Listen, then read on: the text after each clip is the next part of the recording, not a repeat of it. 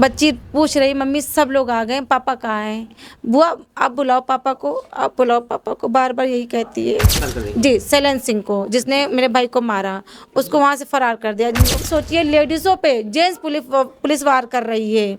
इतना ज़्यादा हम लोगों के साथ अन्याय हुआ, सिर्फ इसलिए हुआ क्योंकि हम दलित समाज से हैं।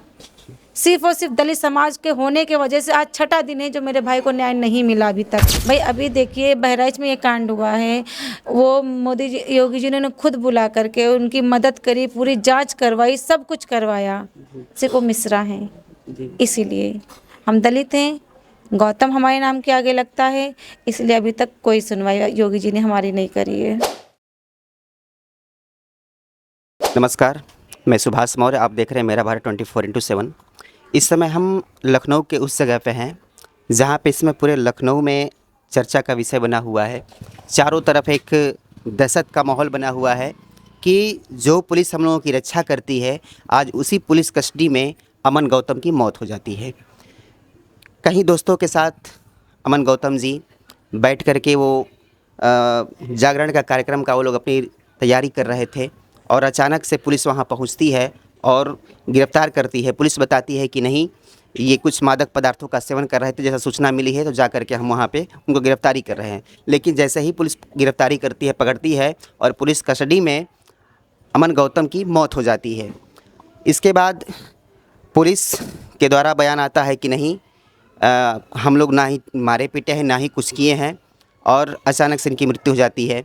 कुछ दिनों के बाद पोस्टमार्टम, एक आध दिनों के बाद पोस्टमार्टम की रिपोर्ट आती है, उसमें दिखाया जाता है कि नहीं, अमन गौतम की मौत हार्ट अटैक के द्वारा हुई है। तो आज हम पूरी जो मामला है उसकी सच्चाई जानने के लिए कि आखिर कहाँ घटना हुई, कैसे हुई, किस स्थिति में हुई, उसकी पूरी जानकारी के लिए हम पीड़ित परिवार के घर पहुँचे हैं। जैसा कि आपको बता दें कि अमन गौतम की एक छोटी बच्ची है जो 4 साल की भी है, उनकी धर्मपत्नी है जो कि बेसुध अवस्था में पड़ी हुई हैं। पता चला कि वो ना ही किससे बात कर पा रही हैं, ना उठ के चल पा रही हैं, ना ही खाना पीना खा पी रही हैं, क्योंकि जाहिर सी बात है कि जिस महिला का एक पति जब ना हो तो उसके ऊपर क्या बीतेगी आप खुद समझ सकते हैं। तो इस समय जब घर पहुँचे हैं तो अमन गौतम जी के ये बहनोई जी हैं और ये दीदी हैं। तो हम अमन गौतम जी के बहनोई से बात करते हैं कि नहीं, वो पूरी जो घटना है, पूरा घटना के बारे में आपको हम जानकारी दे रहे हैं। जी, ये पूरी घटना की शुरुआत से हमको जानकारी बताइए कि नहीं, उनके साथ कैसे घटना हुआ ये। इन्हीं से बात कर लीजिए। अच्छा, हाँ दीदी। मेरा भाई से मेरी 9 बजे करीब बात हुई थी रात में? जी, उसी दिन रात में बात हुई थी। हाँ, जागरण को लेके कि दीदी हर बार वो आता था मेरे पास चंदा लेने, इस बार नहीं आ पाया, तो कह दीदी हम चंदा लेने नहीं आ पाए तो ऑनलाइन कर दीजिए। तो हमने कहा बेटा मेरा ऑनलाइन नहीं चला, तुम जमा कर दो, अभी हम घर आएंगे तो दे देंगे। कह रहा ठीक है। हम करीबन 10 बजे घर यहाँ पर आए तो भाभी से पूछा कि मेरा भाई कहाँ है। अमन तो कहने लगे दीदी जागरण में व्यस्त थे, और हमने कहा ठीक है। फिर मेरे बच्चे भी आ गए थे जागरण देखने के पर्पज़ से कि चलो मामा लोग कराते हैं, आ गए थे। उसके बाद में फिर हम लोग यहाँ से निकल गए अपने घर के लिए, ससुराल के लिए। तो पुरानिया पुल के नीचे पहुँचे ही थे कि तुरंत मेरे पास फ़ोन आता भतीजे का कि दीदी आप जहाँ भी हो, जैसे भी तुरंत आ जाओ, चाचा की नहीं रहे हमारे बीच, चाचा को पुलिस वालों ने मार दिया। हमें विश्वास नहीं हुआ कि जिससे मैंने अपने भाई से अभी आधे घंटे पहले बात करी, उसके साथ ऐसा कैसे हो सकता है। तो हम लोग को विश्वास नहीं हुआ। फिर हम लोग रोते गाते एकदम से भगे अस्पताल की तरफ। वहाँ पता चला कि ऐसा, घर आके जब हमें पूरी घटना ये पता चली कि वो अपना टहलने के लिए गया था और चंदा लेने के लिए गया था, जो हमारे घर के थोड़ी दूर पर 2 मिनट के रास्ते पर अम्बेडकर पार्क पड़ता है, वहाँ पे वो गया हुआ था। तो वहाँ पे एक जानने लड़के के साथ खड़ा हुआ था जिसका नाम सोनू बंसल है, और वहीं पे जिन्होंने 112 का बुलाया था, उनका ये कहना है कि वो हमने जुए की जानकारी नहीं दी थी पुलिस वालों को। मैंने कहा था कि मेरा लड़का मुझे मारता पीटता है और पैसे मांगता है, तो हमने अपने लड़के के लिए पुलिस बुलाई थी। और जब पुलिस की गाड़ी आई तो मेरा लड़का भाग गए वहाँ से। अब वहाँ पे जो भी लोग थे क्या था सब भाग गए। अब जो जिसने किया नहीं वो क्यों भागेगा, वो तो वहीं खड़ा रहेगा ना। मेरा भाई खड़ा तो वो चल के आ रहा था, उसको पुलिस वालों ने पकड़ लिया। अब उसको लेकर आए, गाड़ी के अंदर लेकर गए। गाड़ी में उसके साथ ऐसे क्या मारपीट की, कहाँ मारा, क्या किया कि मेरा भाई तुरंत वहीं पर ही ख़त्म हो गया। तुरंत के तुरंत ही।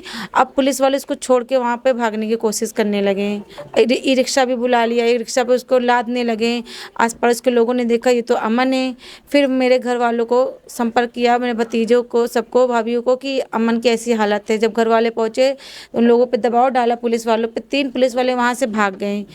तो एक पुलिस जो सैलेंट पकड़ में आया उसको रोका गया और उसको बैठाल के महानगर सिविल अस्पताल में भर्ती कराया गया। वहाँ ले भर्ती कहाँ कराया गया भैया? जैसे ही लेकर गए तो वहाँ डॉक्टर ने देखते ही उसको बोल दिया कि ये तो मर चुके हैं। वहाँ से उसको वापस कर दिया। उसको लेकर लोहिया अस्पताल गया। अस्पताल हम लोग पहुँचे तो वहाँ पे सारी पुलिस प्रशासन, अगर इतनी जल्दी पुलिस प्रशासन को कैसे पता चल गया कि पूरी फोर्स इतनी ज़्यादा तादाद में पहुंच चुकी थी कि हम बता नहीं सकते। अगर उनको नॉलेज में कोई बात नहीं थी, उनके नॉलेज में कोई घटना नहीं थी तो 5 मिनट के पूरी, वो भी मतलब ये नहीं कि आसपास की पुलिस हो लोहिया के, वो पूरे विकास नगर थाने की पुलिस प्रशासन टीम थी, सब वहाँ पे मौजूद। हम लोग पहुँचे, हम लोग डॉक्टर से हाथ पे जोड़ने लगे कि साहब देख लो, कहीं मेरे भाई के शरीर में कहीं जान जरूर होगी, कुछ तो कुछ होगा, ऐसे कैसे हो सकता, कुछ नहीं मेरे भाई को हुआ है। तो डॉक्टर ने भी हाथ खड़े कर, डॉक्टर ने भी ये बात बोली मुझे बुला करके कि बेटा कुछ ना कुछ आपके भाई के साथ हुआ है। उसको देख के लग रहा कि ये लड़का ऐसे मरने वाला नहीं है। डॉक्टर ने बोली। हम लोग बाहर आए पुलिस को पकड़ने के लिए। जो लड़का था पुलिस वाला था वहाँ पे खड़ा, उसको एक ऐसा ही बोलने लगा कि तुम यहाँ से निकलो। मैंने उसको पकड़ लिया। हमने कहा ऐसा कैसे जा सकते हैं आप, मेरे भाई के साथ इतनी बड़ी घटना कर दी, आप यहाँ से भाग रहे हैं।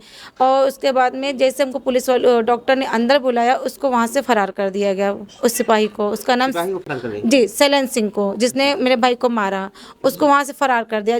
मेरे वहाँ से हटने पर ही उसको वहाँ से फरार कर दिया। उसके बाद हम लोग पुलिस वालों को गुहार लगाते रहे, उसको सामने लेकर आओ सबको। फिर पुलिस वाले वहीं पर थोड़ी दूर पे खड़े होकर बात कर रहे हैं कि हार्ट अटैक से ही मौत हुई। उन्होंने रिजल्ट भी तुरंत ही बता दिया, पोस्टमार्टम की रिपोर्ट भी यही कही, पोस्टमार्टम भी यही निकलेगा। अपने आप ही उन्होंने पूरा रिपोर्ट आने से पहले हाँ, रिपोर्ट आने से पहले पोस्टमार्टम मोर्चरी में भी नहीं ले जाया गया था। में भी नहीं गई बॉडी, वहीं पे उन्होंने बोल दिया कि पोस्टमार्टम में इसको अटैक ही आया, ये हार्ट अटैक से ही मरा है। हम लोग इस हालत में नहीं थे कि हम किसी से बहस कर पाते या कुछ बातें कर पाते। जब हम वहाँ पे हाथ जोड़े बुला रहे हैं, जब किसी ने हमारी सुनवाई नहीं की, तब हमने वीडियो बना के वायरल किया कि हम 3 घंटे से अपने भाई को लेकर खड़े हुए हैं, पुलिस वालों से बोल रहे हैं कि जिसने गुनाह किया उसको सामने लेकर आए। पुलिस वाले कोई सुनवाई नहीं कर रहे। फिर हम लोग उसी रात विकास नगर थाने पे आते हैं, यहाँ पे थाना घेराव करते हैं, थाने पे भी सब पूछताछ करते हैं, उसको सामने नहीं लाया जाता है। फिर उसके बाद में दूसरे दिन हम लोग अपनी डेड बॉडी पोस्टमार्टम के लिए ले जाते हैं। वहाँ पर भी पूरा दिन हम लोगों का जाता है। सुबह ही सबसे पहले हम लोग अपनी डेड बॉडी लेके पहुँचते हैं, पूरा दिन निकल जाता है, पोस्टमार्टम नहीं जल्दी होता है, शाम को पोस्टमार्टम होता है। उसके बाद में फिर हम लोग खुरम नगर पे, यहाँ पे भाई जो पब्लिक भड़की हुई थी, जिसका पूरे गाँव का जवान लड़का चला गया, जो सबके दिल में राज करता हो जो लड़का, वो चला गया, तो पब्लिक खुद ब खुद जाकर उन्होंने खुरम नगर चौराहा जाम किया, वहाँ पे घेराव किया, तब जाके इतने ज़्यादा ये पूरी पब्लिसिटी हुई। उसके बाद में लोगों ने कह रहे हम कंप्लेन नहीं लिखेंगे, हमारी कंप्लेन भी नहीं लिखी जा रही। कंप्लेन ना लिखने पर ही हम लोगों ने ये धरना प्रदर्शन दिया। धरना प्रदर्शन जब दिया तो वहाँ पर हम लोगों पर लाठीचार्ज हुई। लाठीचार्ज हुई। मेरे हस्बैंड को वीडियो, मेरे पास पूरा वीडियो है, सबके पास सारी वीडियो, न्यूज़ में भी दिखा रहे हैं, काफ़ी दूर दूर तक दौड़ा दौड़ा के, मतलब ये सोचिए लेडीज़ों पे जेंट्स पुलिस वार कर रही है। इतना ज़्यादा हम लोगों के साथ अन्याय हुआ, सिर्फ इसलिए हुआ क्योंकि हम दलित समाज से हैं। सिर्फ और सिर्फ दलित समाज के होने के वजह से आज 6ठा दिन है जो मेरे भाई को न्याय नहीं मिला अभी तक। हो सकता है अगर स्वर्ण जाति के होते, किसी और जाति के होते, तो दूसरे दिन ही हमारी कंप्लेन भी लिख ली जाती, वो पुलिस वालों को भी हाजिर कर दिया था, उनके खिलाफ कार्यवाही भी हो चुकी होती और मेरे भाई को न्याय भी मिल जाता। लेकिन हम लोग दलित समाज के हैं, ना कभी न्याय मिला था, ना हो सकता न्याय मिलेगा। उसी आस में हम बैठे हुए, कहाँ कहाँ तक गुहार लगा चुके, हर कोई आ चुका, हर कोई सांत्वना देता है, कहता है ठीक है हो जाएगा, आपका काम किया जाएगा, आपकी सुनवाई होगी। लेकिन हम भी अपनी हिम्मत नहीं हारेंगे, जब तक मेरे भाई को न्याय नहीं मिलेगा, उसके लिए हमें अपनी जान भी देनी पड़े, वहाँ तक भी हम चले जाएंगे। लेकिन मेरे भाई को न्याय मिलना चाहिए तो नहीं मिलना चाहिए। दीदी एक बात बता रही हैं आप कि जैसे वो जागरण समिति में वो सदस्य थे जी, तो उनके साथ में तो और भी रहे होंगे लोग, तो कुछ नाम वैसे हैं जो उनके साथ में रहते थे, जो अध्यक्ष वगैरह जो? देखिए मैं जागरण जैसे 11 तारीख की घटना है, जस्ट दूसरे दिन था। भाई जो भी चंदा वंदा होता वो काफ़ी दिन पहले, 1-1.5 महीने पहले सब लोग इकट्ठा करना शुरू कर देते हैं। मेरा भाई का काम नेपाल में चल रहा था जी, उससे वो माता के जागरण के पर्पज से यहाँ आया था, वरना इसका आने का यहाँ भी उसका कोई मतलब नहीं था।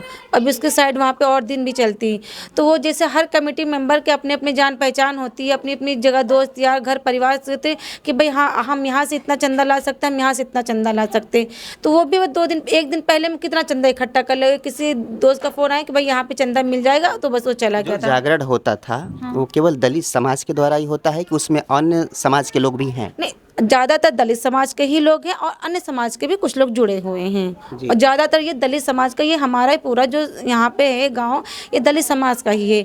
सभी यहाँ के मेंबर लड़के हैं, सब ज़्यादातर जागरण ये लोग मिलजुल के कराते हैं। हम लोग तो जैसे योगी सरकार बोलती है ना कि हम लोग हिंदुत्व हैं, हिंदुत्व का नारा देती है, तो हम लोग तो हिंदुत्व का पूरा फर्ज निभा रहे हैं, वो कार्य कर रहे हैं। लेकिन मुझे नहीं लगता कि अब हमें हिंदुत्व का वो देना चाहिए, क्योंकि भाई हम जैसे भारतीय जनता पार्टी के कोई लोग आए कि नहीं आपके पास मुख्यमंत्री जी के माध्यम से, चाहे किस तरह से, क्योंकि लखनऊ में घटना हो रही है तो जाहिर सी बात है कि मुख्यमंत्री के कानों में बात पहुंची होंगी। जी, हमारे पास चंद्रशेखर आज़ाद रावण भी जी आए और हमारे सांसद RK चौधरी भी आए, हमारे दूसरे सांसद अजय राय भी जी आए और हमारे वित्त मंत्री जो इसमें हैं, क्या नाम उनका, ओपी श्रीवास्तव OP श्रीवास्तव आए। मतलब जिन्होंने सुना सब आए, लेकिन प्रशासन से कोई नहीं आया अभी तक। OP श्रीवास्तव यहाँ पर आए, उन्होंने भी सहानुभूति दी, लेकिन कहा कि मैं तुम्हारा काम कराता हूँ 1 दिन के अंदर, 2 दिन में। लेकिन उन्होंने आज तीसरा दिन उनके आए हुए हो गए, कोई भी सुनवाई नहीं हुई है। तो बाकी प्रशासन के द्वारा कोई सुनवाई नहीं हो रही है। कोई जो सुनवाई नहीं हो नेता जो आए लोग जो शासन में हैं, चाहे इस तरह जो शासन में नहीं है तो भी जो पार्टी वाले हैं, तो उन लोगों ने क्या कहा? कोई ठोस काम कहा है किसी ने कि नहीं ये हम और परिवार से पहले चाहेंगे, क्या परिवार से आप लोग चाहते हैं कि नहीं क्या हमारे साथ न्याय हो? हमने कोई भी आया, किसी भी उससे आए पार्टी से, हमने सबसे एक ही बस गुहार लगाई कि मेरे भाई को न्याय दिया जाए। उन्होंने कहा भी और हम न्यूज़ भी देख रहे हैं कि हाँ वो कर रहे हैं वो कार्य, उसमें वो लोग आगे आवाज़ उठा रहे हैं, लेकिन शायद जो सरकार है उनके कानों तक ये आवाज़ नहीं पहुंच रही है, क्योंकि दलित समाज के हैं। बस मुझे तो सही लगता है कि हम दलित समाज के हैं, इसलिए उनके कानों तक आवाज़ नहीं पहुंच रही है और हमें न्याय नहीं मिल रहा। प्रशासन के द्वारा आपको कोई हेल्प नहीं मिल पा रही है, कोई लोग आ नहीं रहे हैं, तो उसके लिए आप आगे के लिए क्या सरकार से या क्या मांग कर रही हैं? हमारी सरकार से एक मांग ये है कि मुझे किसी भी पुलिस प्रशासन पे कोई भरोसा नहीं रह सका है, क्योंकि जब वो इतना कुछ कर सकते हैं तो आगे वो मेरे पक्ष में कोई न्याय नहीं करेगी। मुझे इसके लिए CBI जांच चाहिए। CBI जांच होगी तभी निष्पक्ष जांच हमारी हो पाएगी और मेरे भाई को आत्मा को शांति मिल पाएगी और हमें भी शांति मिलेगी तभी जा करके। बाकी कुछ प्रशासन के द्वारा आर्थिक सहायता वगैरह चाहे कुछ करने की सूचना आप लोगों को नहीं मिला कि नहीं कुछ मदद की जाएगी पीड़ित परिवार को कि नहीं? आखिर बच्ची छोटी सी है, उनकी बीबी हैं। बाकी अन्य समाज पार्टी के जो लोग आए हैं उन्होंने तो बोला है, लेकिन अभी प्रशासन की तरफ से किसी ने नहीं बोला है।